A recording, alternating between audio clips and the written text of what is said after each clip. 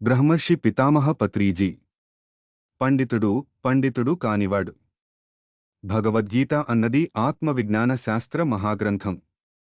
అది మనకు సత్యదర్శనం గురించి మరి ధర్మాచరణం గురించి విశేషంగా ప్రబోధిస్తూ ఉంటుంది.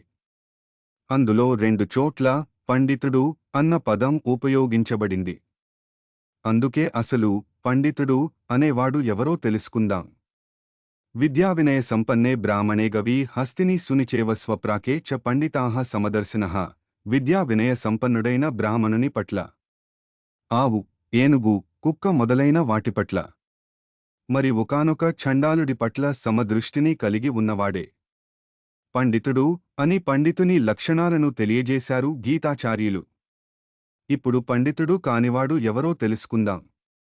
కురుక్షేత్ర యుద్ధరంగం మధ్యలో యుద్ధం చేయాల్సిన క్లిష్ట సమయంలో ధనుర్బాణాలను క్రిందపడవేసి చతికిలబడి కూర్చుండిపోయి, అయ్యో, నా వాళ్లందరినీ చంపాల్సి వస్తుందే అని ఏడుస్తున్న అర్జునునితో, అశోచ్యానన్యశోచస్త్వం ప్రజ్ఞావాదాంశ్చ భాషసే గతాసూన్ అగతాసూంశ్చ నానుశోచంతి పండితాః. ఓ అర్జున, నువ్వు శోకింపతగని వారి కొరకు శోకిస్తున్నావు. పైగా ఒక పండితునిలా ప్రజ్ఞాపూర్వకమైన మాటలు మాట్లాడుతున్నావు.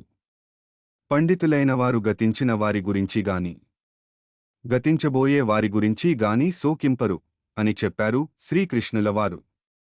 ఎవరు అధర్మం వైపు ఉంటే వాళ్లు చంపబడతారు, మరి ఎవరు ధర్మం వైపు ఉంటే వాళ్లు రక్షించబడతారు. కనుక అయ్యో, నా వాళ్లు చనిపోయారే, నేను చనిపోతున్నానే అని ఏడవడం అపాండిత్యం అనిపించుకుంటుంది. వాడు నన్ను తిట్టాడు, వీడు నన్ను కొట్టాడు, వాడు నన్ను ఇంట్లోంచి వెళ్లగొట్టాడు, వీడు నన్ను అందరిలో అవమానించాడు, అయ్యో, నాకు రోగం వచ్చింది అనుకోవడం అంతా అపాండిత్యం అనిపించుకుంటుంది.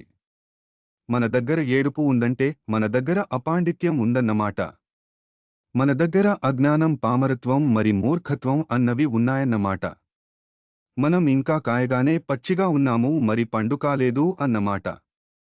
ఎందుకంటే కాయ పండు అయినప్పుడు ఒక పండితుడిలాగా చుట్టూ కమ్మటి వాసనలను వెదజల్లుతుంది. ధ్యానం చేయకముందు అందరూ పచ్చికాయలైన పామరుల్లా ఉంటారు.